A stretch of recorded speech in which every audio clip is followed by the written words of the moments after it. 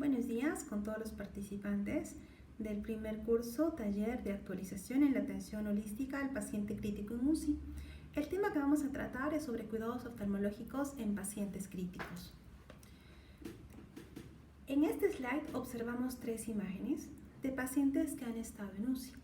En la primera imagen se observa una conjuntiva muy congestiva con hemorragia subconjuntival o una córnea opaca. En la segunda observamos una úlcera corneal con hipopión que expuso a nivel de cámara anterior, y en la imagen del centro observamos sangre a nivel de cámara anterior y eso se llama enfema. Cualquiera de estas lesiones pueden llevar a ceguera si nosotros no diagnosticamos a tiempo. De ahí la importancia que todo el personal de salud sepa diagnosticar a tiempo estas lesiones y hacer la interconsulta oportuna al oftalmólogo para evitar que el paciente pierda la visión. Cuando tenemos un paciente con alteración ocular, nos preguntamos qué problema es. Si esto amenaza la visión, si la integridad estructural del ojo está en peligro, si el tratamiento debe ser inmediato y si se puede restaurar la visión solamente con tratamiento médico. Muchas veces en el paciente crítico no tenemos acceso a la anamnesis, nos vamos de frente al examen físico. El examen físico en oftalmología inicia desde la piel que rodea los ojos, que es el párpado. Los párpados se evalúan en su extensión y en su función.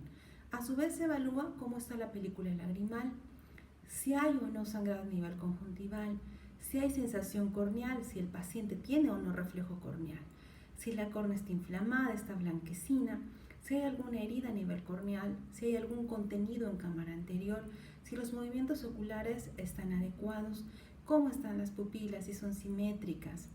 Y para evaluar el segmento posterior necesariamente debemos contar con un oftalmólogo. En el paciente crítico tenemos muchas etiologías para daño ocular. Puede ser a nivel traumático, a nivel infeccioso o una mezcla de ambas. Vamos a detallar segmento por segmento las alteraciones a nivel ocular. Empezamos a nivel de piel. Cuando nos llega un paciente con un trauma y observamos cualquier laceración a nivel palpebral, tenemos que ser muy meticulosos para evaluar, porque muchas veces observamos una lesión pequeña, pero al momento de revisarla encontramos que es una lesión muy profunda que compromete toda la extensión del párpado. Sobre todo tenemos que tener más cuidado en lesiones que están a nivel de los cantos internos.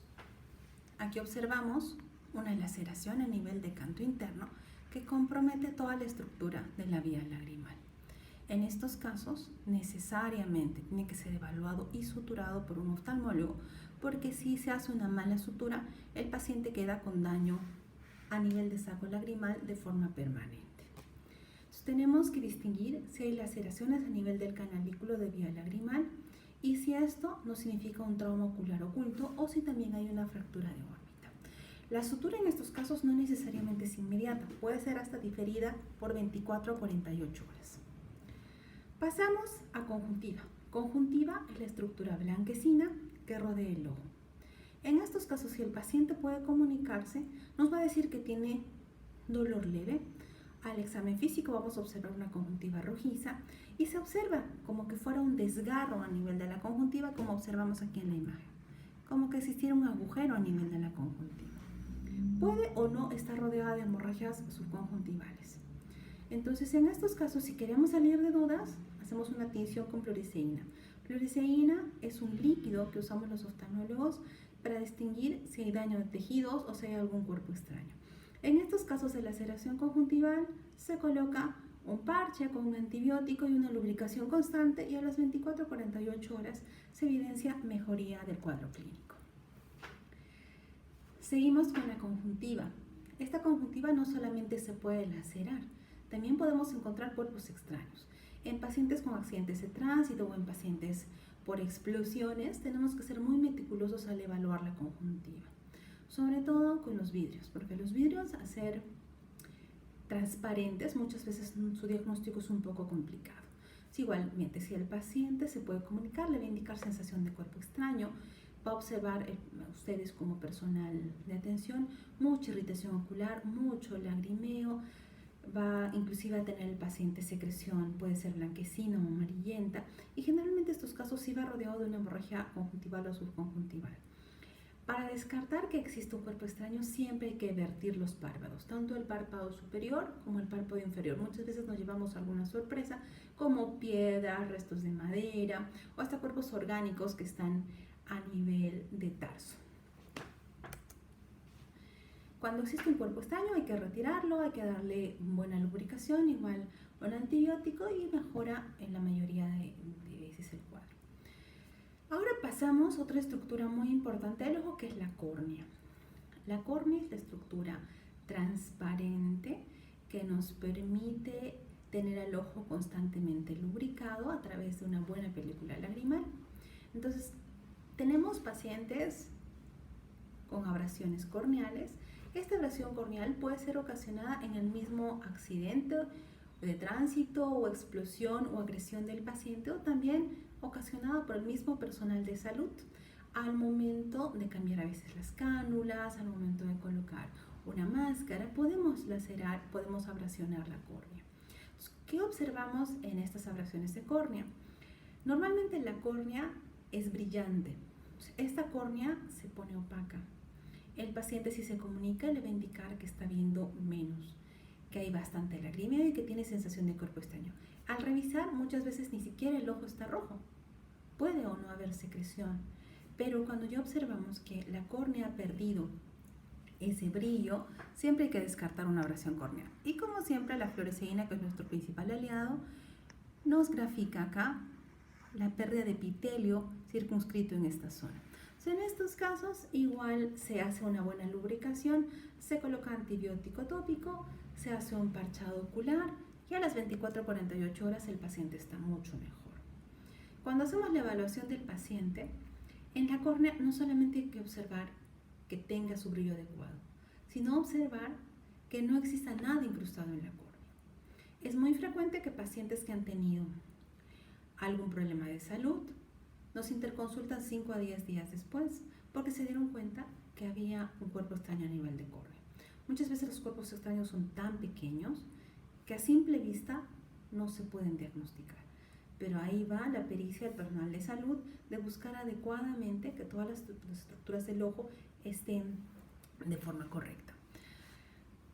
Los cuerpos extraños no necesariamente se presentan como esta imagen, con inyección ciliar, la córnea opaca. Pueden presentarse de esta forma: una hemorragia subconjuntival muy ligera, una córnea ligeramente opaca, sin mucha reacción a nivel de cámara anterior. Este es un paciente que le ingresó un trozo de metal al ojo, pero que no causó mucha reacción a nivel ocular. A diferencia de esto, si dejamos pasar 5 o 6 días, este ojo prácticamente ya lo hemos perdido. Entonces, tenemos que tener un diagnóstico oportuno y un tratamiento precoz en estos casos, dependiendo de qué tipo de cuerpo extraño se procede a su retiro y el tratamiento que el paciente necesita. Esta es otra lesión a nivel de córnea, que son las perforaciones corneales. Las perforaciones pueden ser hechas tanto por un golpe directo en el ojo como de forma indirecta. En muchos casos las perforaciones oculares miden 1 a 2 milímetros. Cuando miden de 1 a 2 milímetros, el contenido intraocular no llega a salir del ojo como en esta imagen. Se retiene, pero igual necesita tratamiento oportuno. Si la lesión es de 1 a 2 milímetros, se coloca cianocrilato. El cianocrilato es muy similar al lujo. Se cierra con eso y se coloca un lente de contacto. En lesiones mayores a 2 milímetros se puede colocar también lente de contacto blando terapéutico o se tiene que proceder a recubrimiento conjuntival, como observamos en esta imagen, o un parche corneal, o a colocar una membrana amniótica, o hacer una sutura de párpados que es tarsorrafia, o en casos donde la perforación es muy grande, se tiene que hacer una queratoplastia penetrante, que es un trasplante de córnea. Como las lesiones pueden ser de 1 a 2 milímetros y el contenido intraocular no sale, a veces es subdiagnosticado hasta que el paciente hace una maniobra de Valsalva o hace un movimiento brusco y todo el contenido intraocular sale, protruye por la córnea. Por eso es importante siempre revisar, ver que todas las estructuras estén adecuadas para que no deriven complicaciones posteriores. Casi todos hemos sufrido contusiones en el globo ocular. Cuando tenemos una contusión en el globo ocular, tenemos que ser muy cuidadosos de evaluar todas las estructuras. Pensamos simplemente ha sido un golpe y a veces no recurrimos al oftalmólogo. Y en los pacientes que evaluamos tanto en emergencia como en UCI es muy frecuente las contusiones de globo ocular.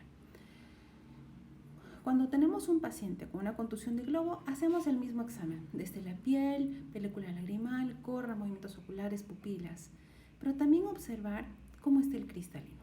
El cristalino es la estructura que se encuentra en esta zona y aquí está el iris. Entonces, en una contusión ocular, muchas veces puede haber una hemorragia, que es el sangrado en esta zona, que no observamos en esta imagen. Puede haber sangrado a nivel de cámara anterior, puede haber una luxación de cristalino, que eso es bastante frecuente en la región de Puno, por las agresiones que existen. El cristalino normalmente está fijado hacia la zónula, por un golpe directo a nivel del ojo o indirecto. Ese anclaje se desprende y el cristalino está libre a nivel de contenido intraocular. Cuando eso pasa, este cristalino, de ser cristalino como su nombre lo indica, pasa a volverse opaco y se genera una catarata traumática. Muchas veces también hay desgarro a nivel del iris y en casos mucho más severos hay alteración a nivel del polo posterior. Todo paciente que ha tenido una contusión seria en el ojo y que le manifiesta pérdida de agudeza visual debe ser evaluado por el oftalmólogo y realizar una ecografía y o fondo de ojo para descartar patologías en polo posterior. Una lesión muy severa es la rotura de globo y heridas oculares penetrantes. Esto ocurre en explosiones, en accidentes de tránsito, en contusiones muy severas, en la que el paciente sufre un estallamiento del globo ocular, se rompe la esclera o se rompe la córnea. En esta imagen observamos un paciente con una córnea edematosa, una cámara anterior plana, una hemorragia subconjuntival muy profusa y tanto ha sido el golpe que el cristalino ha salido y se ha desplazado a nivel subconjuntival. Cuando el paciente viene en estado crítico, prima la vida y muchas veces se deja de lado el globo ocular o por la misma inflamación de párpados es imposible la evaluación del globo ocular en ese momento. Pero apenas el paciente pueda ser evaluado a nivel ocular, debe ser interconsultado al oftalmólogo, porque si observamos esto, corre en riesgo inclusive la vida, porque a través de esas lesiones ingresan infecciones y puede tener compromiso a nivel cerebral con consecuencias inclusive de muerte. Cuando observamos esto, tenemos que llamar al oftalmólogo, interconsultarlo, porque esto es un caso de emergencia y tenemos que entrar a la sala a reparar las heridas a nivel de globo ocular.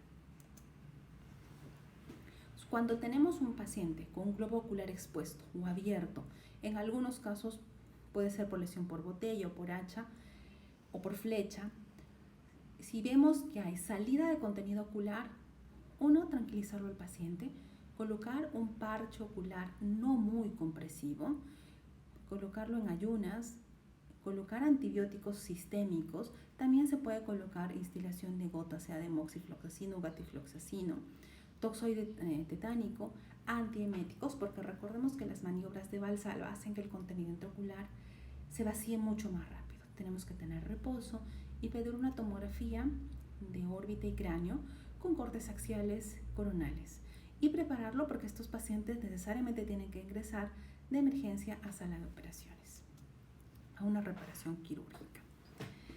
En UCI y emergencia igual tenemos pacientes accidentados de todo tipo y hay que ser muy meticuloso con el examen. Cuando tengamos un paciente, observamos cómo está la piel, observamos cómo está la córnea, observamos cómo está la película lagrimal, cómo está la conjuntiva, pero también tenemos que observar las estructuras óseas. Si tenemos un paciente con caída de párpado inferior, observamos asimetría a nivel de la región malar en ambos lados. El paciente tiene limitación al movimiento, siempre hay que pensar en una fractura de órbita. El piso de la órbita es una estructura muy delgada, equivalente a una hoja de papel. Cualquier trauma puede lesionar el piso de órbita y por consiguiente todo el contenido orbitario desciende y muchas veces puede haber atrapamiento muscular, lo que puede derivar en neuropatías ópticas, inclusive pérdida de visión. Entonces es importante observar al paciente y si hay alguna sospecha, pedir una tomografía e interconsultar al oftalmólogo para salir de dudas. Hay otras patologías en los pacientes críticos.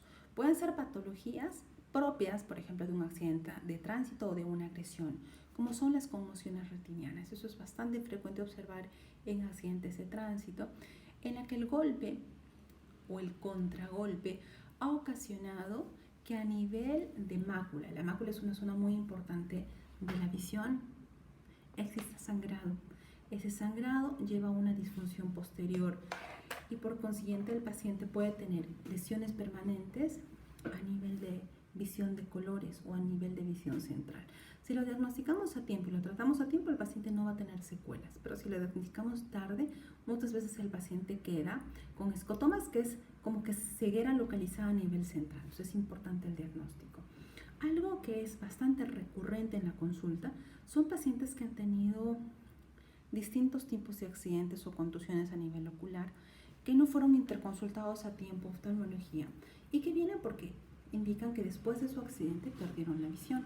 Las estructuras del ojo estaban completamente adecuadas, nunca hubo ninguna lesión, ni siquiera a veces hubo ojo rojo. Pero ¿qué ocurrió? La lesión fue tan severa que alteró cabeza de nervio óptico. Y cuando hay lesión de cabeza de nervio óptico, si no actuamos dentro de las 24 horas, ese paciente queda ciego. Si un paciente viene por emergencia y le dice que después de un accidente perdió la visión, se tiene que actuar de manera inmediata para evitar pérdida de ese órgano. Algo que nunca debemos de dejar de lado en los accidentes de tránsito o en las contusiones son los desprendimientos de retina. De igual manera, son pacientes que ingresan por emergencia y les manifiestan disminución progresiva de agudeza visual similar a que una cortina bajara a través de los ojos. En estos casos es importante la interconsulta lo más pronto posible al oftalmólogo para que el paciente reciba un tratamiento quirúrgico adecuado. El desprendimiento de la retina es cuando la capa interna del ojo, que es la retina, que normalmente está pegada hacia la pared posterior, se desprende y se generan agujeros, y esto hace que el tejido se venga hacia adelante y que el paciente pueda perder la visión, inclusive de forma permanente. En pacientes que tenemos en emergencia un UCI, que tienen infecciones sistémicas, que tienen sepsis o que tienen, por ejemplo, un herpes generalizado o una cándida, o que sean pacientes reumatológicos con vasculitis, también en el ojo podemos diagnosticar este tipo de patologías.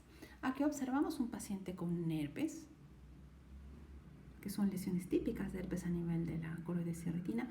Este es un paciente con vasculitis. En el hospital hemos tenido varios pacientes críticos con vasculitis que a través del fondo de ojo inclusive hemos llegado a hacer el diagnóstico.